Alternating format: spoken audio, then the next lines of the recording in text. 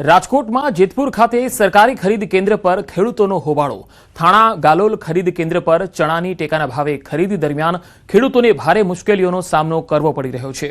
મેસેજમાં ખરીદ કેન્દ્રનું સ્પષ્ટ સરનામું ન હોવાથી ઘણા ખેડૂતો ખોટા કેન્દ્ર પર પહોંચી ગયા હતા, જેના કારણે તેમને ટ્રેક્ટર ભાડાનો વધારાનો ખર્ચ પણ સહન કરવો પડ્યો। કેટલાક ખેડૂતો રાતના 12 વાગ્યાથી લાઇનમાં ઊભા રહેવા છતાં પણ વારો ન આવ્યાનો આક્ષેપ કરે છે। સાથે જ પરિપત્ર પ્રમાણે 600 ગ્રામના બદલે 700 થી 730 ગ્રામ વધુ વજન લેવામાં આવી રહ્યું હોવાના આરોપો પણ ઉઠ્યા। વિરોધ દરમિયાન પોલીસ બોલાવવાની ચીમકીથી ખેડૂતોમાં રોષ ફેલાયો છે અને તેઓ યોગ્ય ન્યાયની માંગ કરી રહ્યા છે। રાતના 12 વાગ્યાનો સૈણા લઈને ટેકામાં આવ્યો છું અને રાતે 12 વાગે આવ્યો પછી સવારે અહીંયા મેસેજ બતાવ્યો। મેસેજમાં સરનામું હતું નહીં અને સરનામું એમાં હતું નહીં એટલે મેં અહીંયા ઓફિસે ગયો। ઓફિસે જઈને મેં પ્રશ્ન કર્યો, મેં આ મેસેજ જોવો જી મારો અહીંયા વારો છે? તો કે ના ના અહીંયા વારો નથી તમારો, મેવાસા મંડળીમાં તમારો વારો છે, તમારે અહીંયા લઈને જવું જોઈએ। તો વાંક આમાં અમારો કે ઓફિસ વાળાનો? મેસેજ ખેડૂતનો જે આવ્યો હતો એ ખરેખર ખેડૂતનો મેસેજ હતો મેવાસા મંડળીનો। એટલે ખેડૂતનું કેવું એમ હતું મેવાસા મંડળીનો મેસેજ છે, આમાં એડ્રેસ કાંઈ લખ્યું નથી।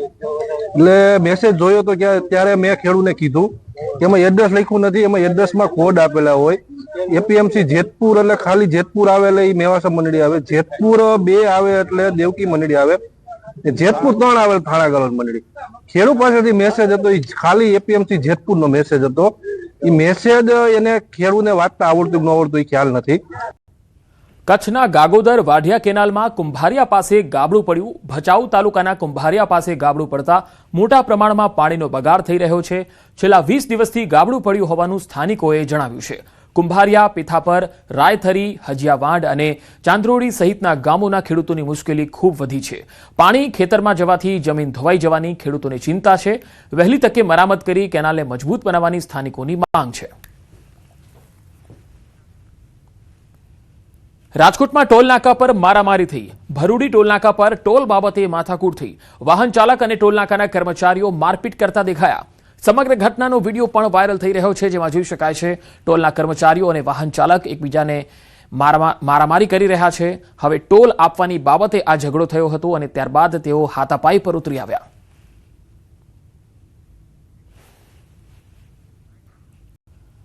કોંગ્રેસના ઉમેદવારને ધમકી મળ્યાનો આરોપ। કોંગ્રેસ પાર્ટીએ ઉમેદવારના વિડીયો પણ જાહેર કર્યા છે। કોંગ્રેસના ઉમેદવારને ધાક ધમકી મળી હોવાનો વિડીયોમાં ઉલ્લેખ છે। ભાજપના હોદ્દેદારો કોંગ્રેસ ઉમેદવારોને ધમકાવતા હોવાનો દાવો થઈ રહ્યો છે। ઘાટલોડિયા અને ચાંદોડિયા વોર્ડના ઉમેદવારોના વિડીયો જાહેર કરવામાં આવ્યા। આ વિડીયોમાં ઉમેદવારોએ વ્યથા ઠાલવી। ભાજપના કેટલાક લોકો અમારા ઘરની બહાર ઊભા રહ્યા હોવાનો દાવો છે। ભાજપે ધમકાવતા કોંગ્રેસના ઉમેદવારો પ્રદેશ કાર્યાલય પહોંચી ગયા। કોંગ્રેસના ઉમેદવારોને ધમકાવવાનું જારી છે એવું કહેવામાં આવી રહ્યું છે કોંગ્રેસ તરફથી।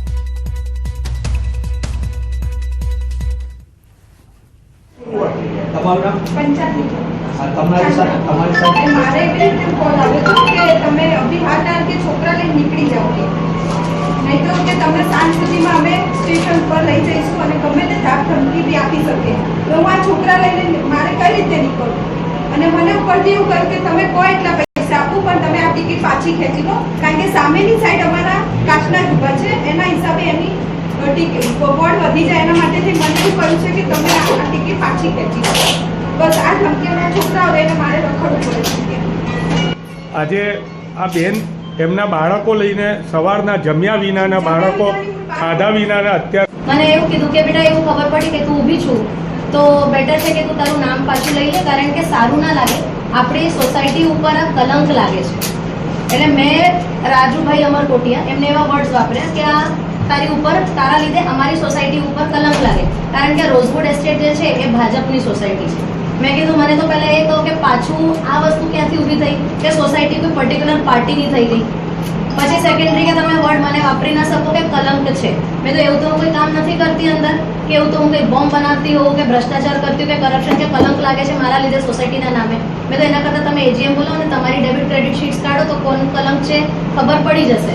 આ સવારની વાત છે, 10 વાગે મારો ઓટો કન્સલ્ટનો બિઝનેસ છે, મારે ફરવાનું કામ હોય। આજ સવારથી 10 વાગ્યાથી હું નીકળ્યો એક કસ્ટમરની ગાડી લેવા માટે। સવારથી ઓફિસે ટોળું આવીને બેઠું છે અને એટલું પ્રેશર કરે છે અને ધમકીઓ એટલી આપે છે અને કે તમને આ કેસમાં ફસાઈ દઈશું, આ કેસમાં ફસાઈ દઈશું, આવી ધમકીઓ આપે છે. અને મને હાલ બી રિસન્ટલી મારે કંટાળીને ફોન મૂકી દેવા પડ્યા અને મેં સવારનું ખાધું નથી. એટલે આવી હેરાનગતિ છે. મારા ઘરે જઈને બી મારા મધરના ત્યાં જઈને એ પ્રેશર કરે છે કે ભાઈ પ્રદીપભાઈ તમે ટિકિટ પાછી લઈ લો. તો આ સ્થિતિ છે કોંગ્રેસના ઉમેદવારોની. તેમણે સ્પષ્ટ કહ્યું છે કે તેમને ધાક ધમકી મળી રહી છે. ગુજરાતમાં સ્થાનિક સ્વરાજ્યની ચૂંટણીઓનો ધમધમાટ શરૂ થઈ ગયો છે અને ઉમેદવારી ફોર્મ ભરવાની અને ચકાસણી